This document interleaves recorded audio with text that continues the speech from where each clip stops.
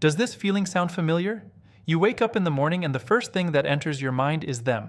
You reach for your phone before your feet even touch the floor, hoping, searching, needing to see if they messaged you back. And when you see nothing, when you see that silence again, something inside your chest tightens. It hurts. It physically hurts. Maybe you are the person who sits alone replaying conversations in your head, asking yourself, what did I say wrong? What could I have done differently? Why do I feel like I am constantly chasing someone who never stays?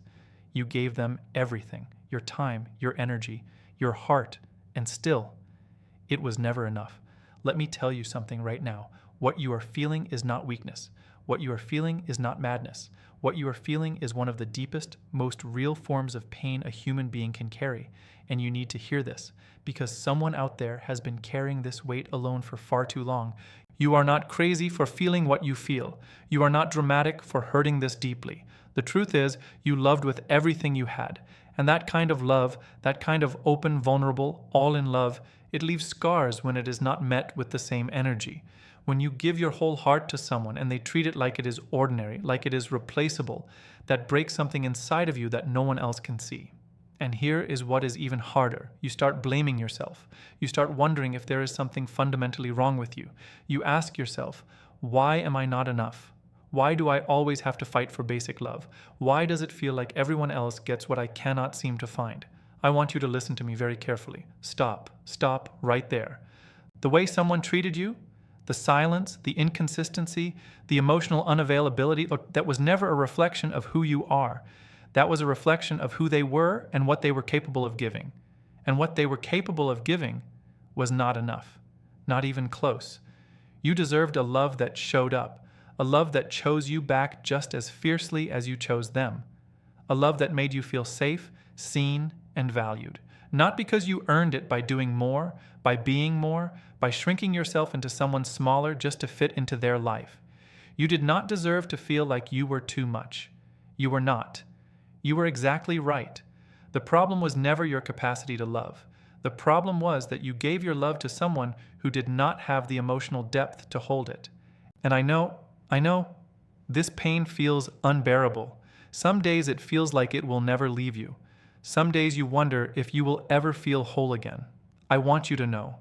That ache you feel in your chest, that heaviness that sits on your shoulders, that feeling of being unseen and unheard, it is not permanent, I promise you. It is not permanent. But before you can heal from this, before you can rebuild yourself into someone stronger, someone wiser, someone who never settles for half love again, you have to do one thing first.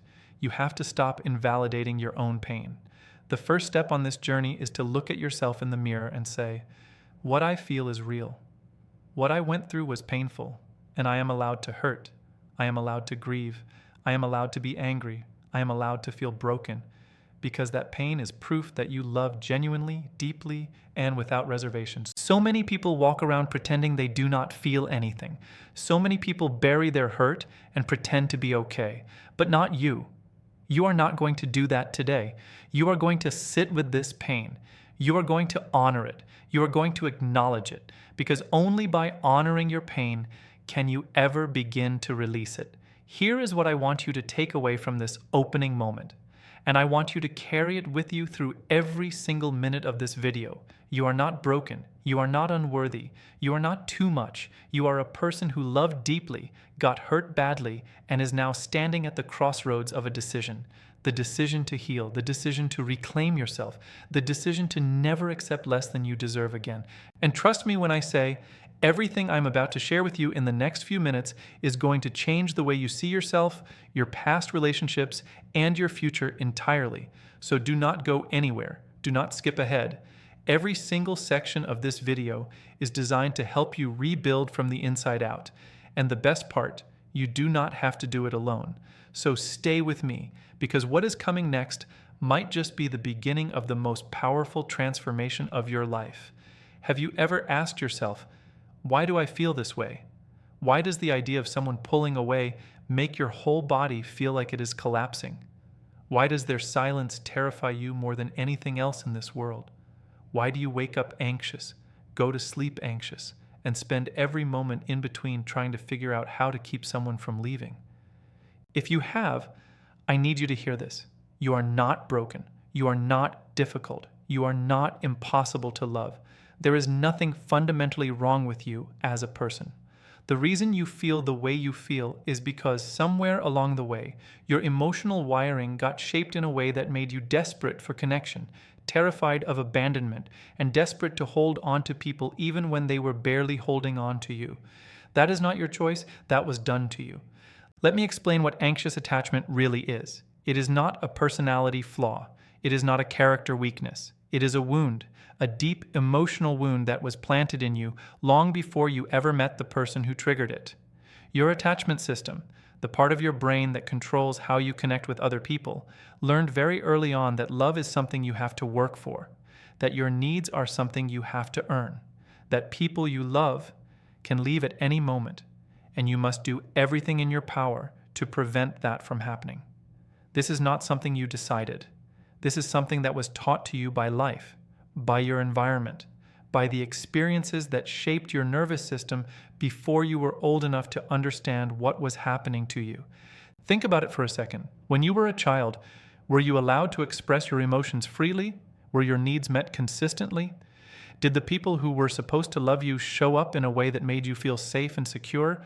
Or were there moments, maybe many moments, where you learned that love is unpredictable, where you had to earn attention, where showing your feelings got you dismissed or ignored?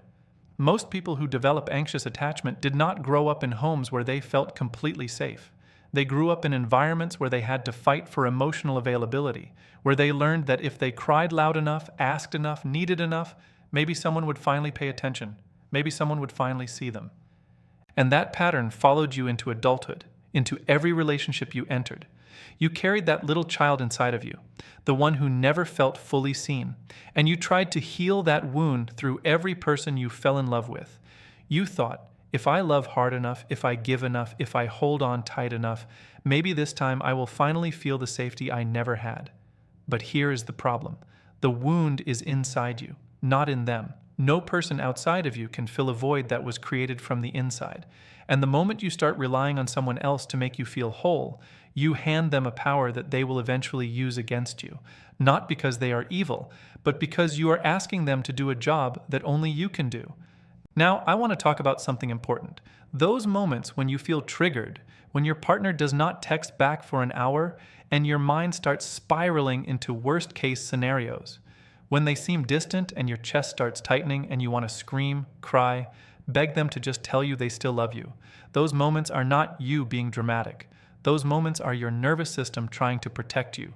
They are your brain sending you a signal that says, danger, you might lose this person, do something. But here's the truth that nobody told you. That alarm system was calibrated in a broken way. It goes off when there is no real threat.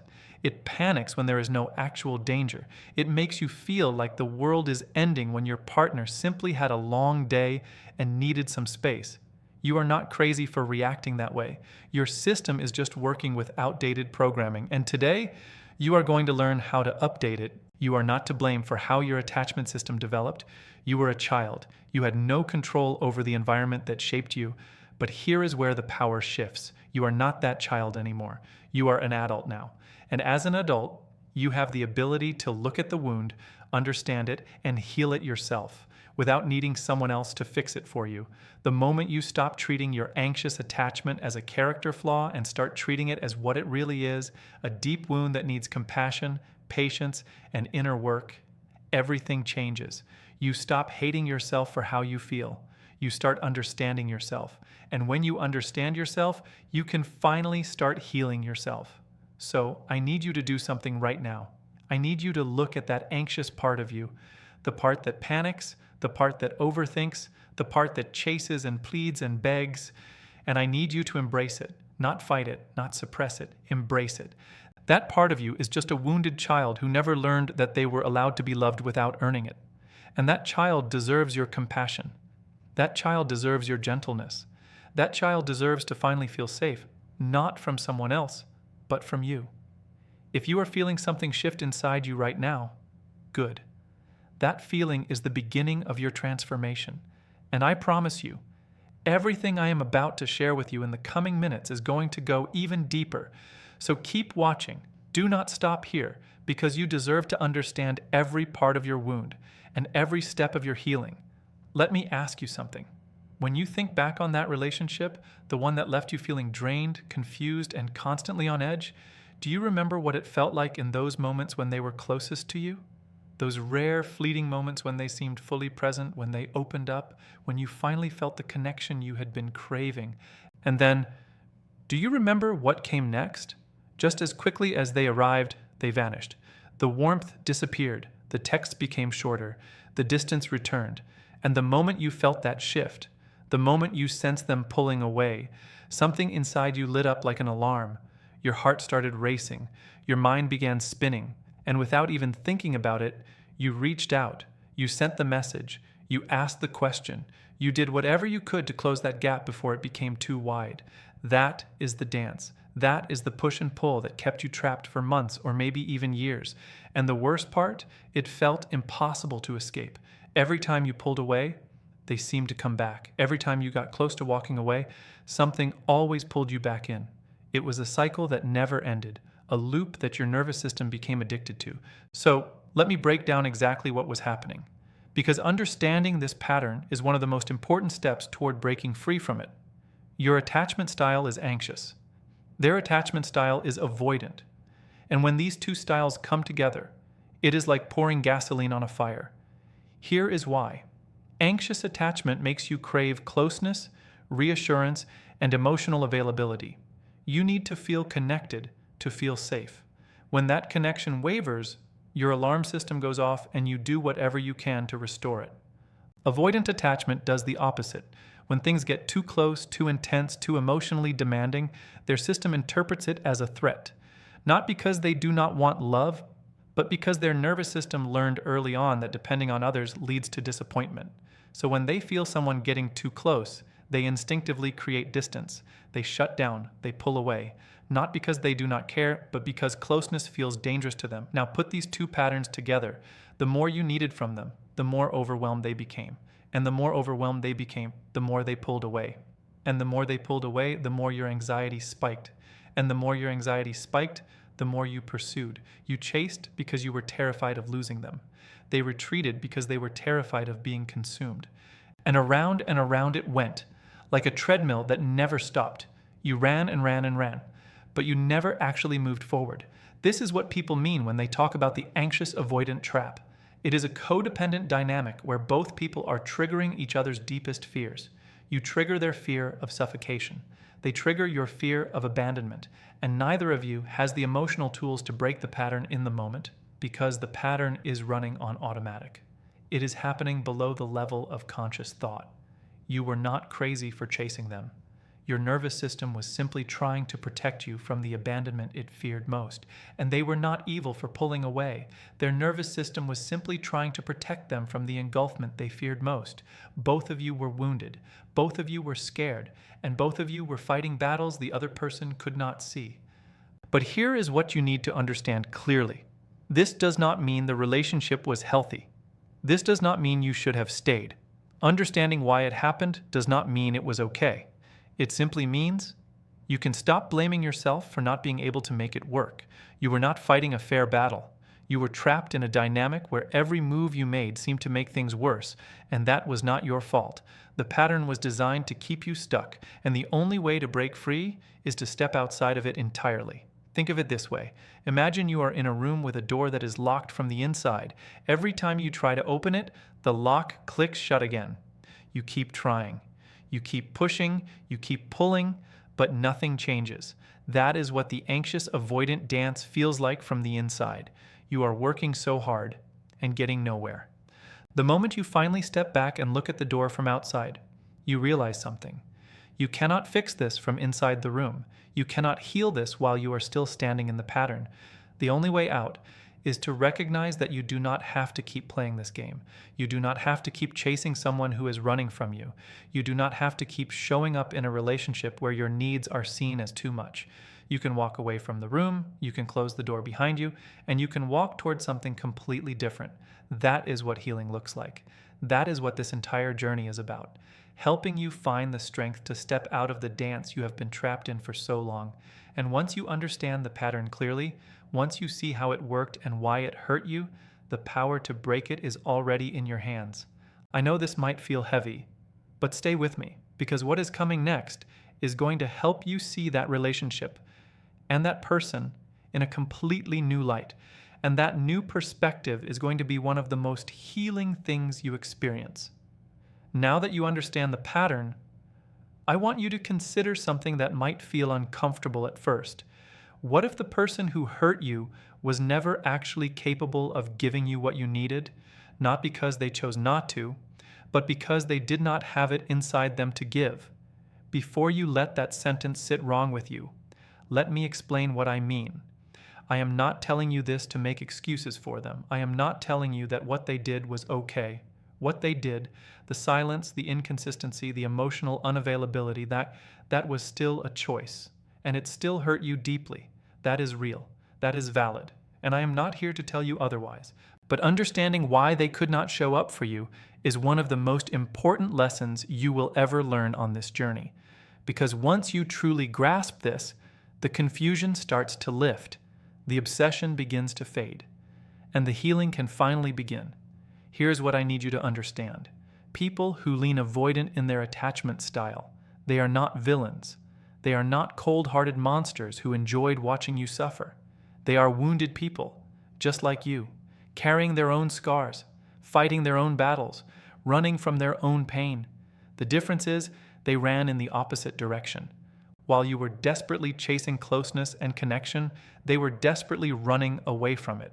While your greatest fear was being abandoned, theirs was being consumed, engulfed, swallowed whole by someone else's emotional needs. They did not fear losing you the way you feared losing them. They feared losing themselves, losing their independence, losing the small, fragile sense of self they had managed to build after spending their whole life feeling like their needs did not matter either.